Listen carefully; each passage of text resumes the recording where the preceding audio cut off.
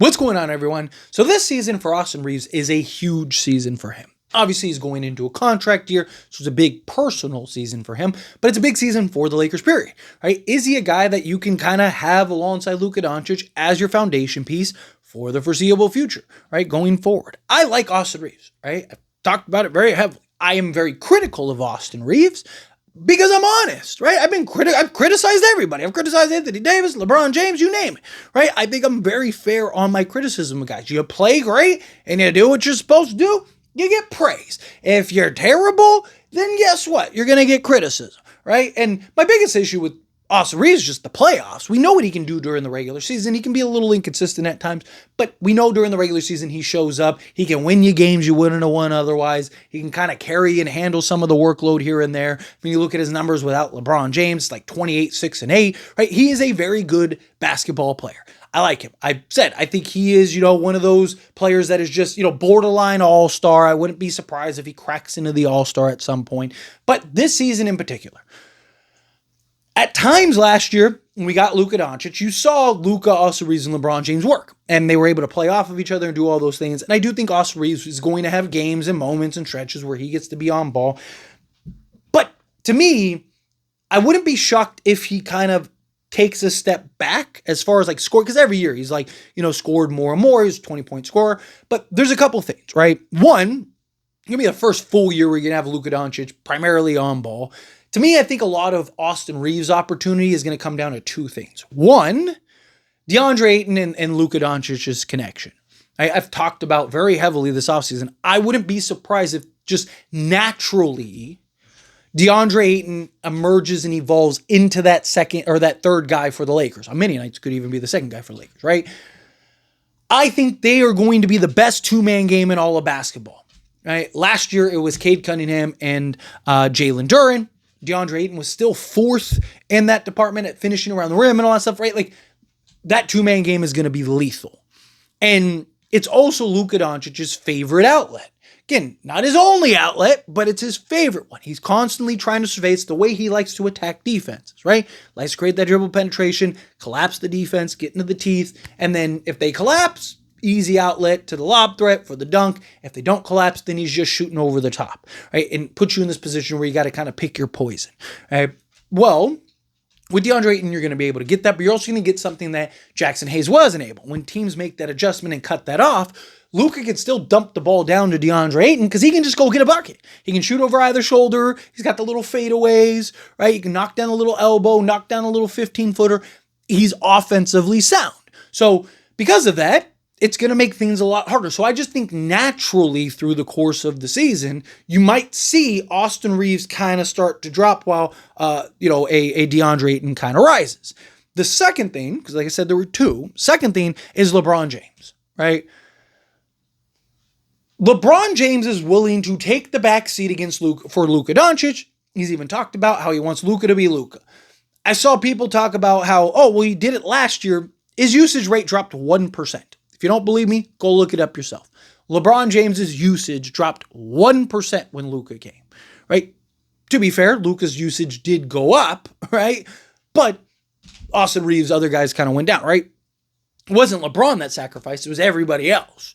So to me, LeBron James, I think, really has to be willing to kind of take that step back. And if he does, and he is willing to do that, then that could open the door for Austin Reaves to be more aggressive, be more on ball. LeBron James, he talked about it again last season that, he wants to let Luka be Luka, let Reeves be Reeves. I'll fit in, I'll play off ball, I'll kind of work on the things that I need to work on, right? And look, to his credit, he showed some of that last year, but we saw in the playoffs, Luka Doncic and LeBron James dominating the basketball, and Austin Reaves essentially got relegated to a catch-and-shoot three-point shooter. So to me, does LeBron James kind of relinquish the duties to Luka and Reeves? So like when Luka goes to the bench, does LeBron take over? Right? Yeah, Austin Reaves might be the guy that brings the ball up and initiates, but does LeBron kind of be the heavy high on ball usage guy? Or does he kind of let Austin Reaves be that guy and he kind of continues to play off of him the same way that he plays off of Luka Doncic? LeBron James has been a much better three-point shooter over the years. And look, LeBron James is still going to go get his 20, right? Like I've even talked about, I could see LeBron his points dropping, but being one of, if not the most efficient seasons of his career. That's the key for me, right? Austin Reaves needs to be efficient, particularly shooting the basketball.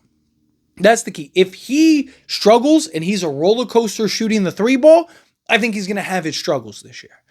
But if he can find a level of consistency shooting the three ball, right, I think that he'll be great. And you saw that, especially come playoff time, where he kind of becomes more elegant. Yes, Austin Reaves can play on ball and can play off ball, but he is best with the ball in his hands, being aggressive, doing his thing, right? He needs to be willing. He needs to better adapt and evolve into a catch and shoot three-point shooter. If he can do that, then the Lakers will be in great shape, right? You look at last season, and again, or the last 2 years, he shot 37.7% last year on 7.3 attempts, which isn't bad. Don't get me wrong. It's not bad at all, right? But you look at the playoffs last year on 9.4 attempts, so nearly 2 attempts more. He shot 31.9%, so 32%. He dropped almost, 7%? It's huge on more attempts, right? You look at the regular season, that 37%, again, isn't bad, but a lot of it is just these waves, right? He's actually kind of similar to how LeBron in previous years, LeBron's been better, but in previous years, like you saw LeBron would have like months. It wasn't like, because shooters have bad, even Steph has gone on like multiple game runs where he just can't buy a three or whatever, right? But you'll see like Austin Reaves, he'll have like a month where he's just like, or like a 10-game stretch where he just lights out. He's shooting like 7 and 9 from three. Guy can't miss even if he just, does a trick shot, right? Like he's still making them. But then you'll see like a 10-game stretch where he like can't buy a three to save his life, right? And again, obviously every team has, or every player has their inconsistencies at times and stretches, but it's either like a large stretch. Like good shooters, yeah, they have stretches or pockets where they're bad, but for the most part, you kind of know what you're going to get from them. Austin Reaves, you don't know what you're going to get on a night-to-night basis as far as his shooting goes, right? You don't know, is he going to be 40% tonight, or is he going to be, 12% tonight, right? All of those things are big factors, right? Like, but if you look at kind of, his emergence year, he shot 40% on 3.5 attempts. Now, I'm not saying he has to shoot 40% on 3.5 attempts, but can he kind of be, like, there's guys that are like, this guy's clearly a 38% three-point shooter, and then you have guys like, Austin Reaves, who it kind of just roundabouts to that, right? Like LeBron James, like I talked about for years, was, he's a guy that like would have a month where he just couldn't buy a three to save his life. And then he'd have like a whole month where he was just like lights out and shooting 80% from three. And it all kind of just like would round out. But nobody was looking at LeBron as a good 3-point shooter, right? Austin Reaves started another clunker last season shooting the three ball, right? And then kind of came into his own and particularly towards the back end of the season, kind of had those stretches towards the back end of the season. We need more consistency over the course of the season, and then particularly come playoff time, right? Because that's where he's going to be able to really shine and fit in on this team with Luka Doncic and LeBron James and stuff like that, because he is going to have to play more off ball than he ever did, because you replaced Anthony Davis with Luka Doncic, who is one of the most high usage, high volume players ever, right? So again, you're talking about an extremely high usage rating for a guy that needs the ball in his hands and is best in the ball in his hands, and your team is going to be best with the ball in his hands. Like Anthony Davis, he impacted the game so much defensively and whatnot, right? Like, so you could, there were games where Anthony Davis would have like 9 points, and it wasn't because he couldn't have gotten more, right? There were games where he got 9 points and he was just bad, but no, there were games like where he was cooking great, but Austin Reaves was cooking. So he just kind of, hey, do your thing, right? And it's something that I talked about with Austin Reaves or Anthony Davis in the past, right? I've talked about like Anthony Davis is one of those unselfish superstars at times, right? He just wants to win. Yeah, he can go get you 40-20, but hey, if I need to get 11 and because Austin Reaves is giving me 40, like then yeah, like why would I work so hard? Or I don't know how much you're going to get with that with Luka Doncic, right? Because again, Luka Doncic is so on ball, such high usage, where Anthony Davis, you don't really need to run plays for AD, right? He's going to impact the game in so many various facets that you're not really worried about him scoring on some nights. Obviously, there's nights where you really do. But to me, Austin Reaves, he's going to have to get more comfortable playing off ball. Again, he knows how to play off ball. It's not a problem. He's played off of LeBron James, Anthony Davis, stuff like that. But he needs to get very comfortable at just kind of at times solely being an off-ball player. He needs to get comfortable at times basically being the primary shooting option and stuff. I'm not expecting him to be one of the best shooters in all of basketball, but he needs to find a level of consistency in that regard. This year is very important to him for his contract year. It's another thing. Is he going to buy into those roles? Right? Because if he's starting to, if he's not getting the field goal attempts, or he's primarily, he has games and stretches where he's basically relegated to a three-point shooter, catch and shoot three-point shooter, right? Is Austin Reaves okay with that? If Austin Reaves is like a 15-5-5 guy, is he okay with that? Or is he looking at that going like, that's not going to get me my 35-40 million?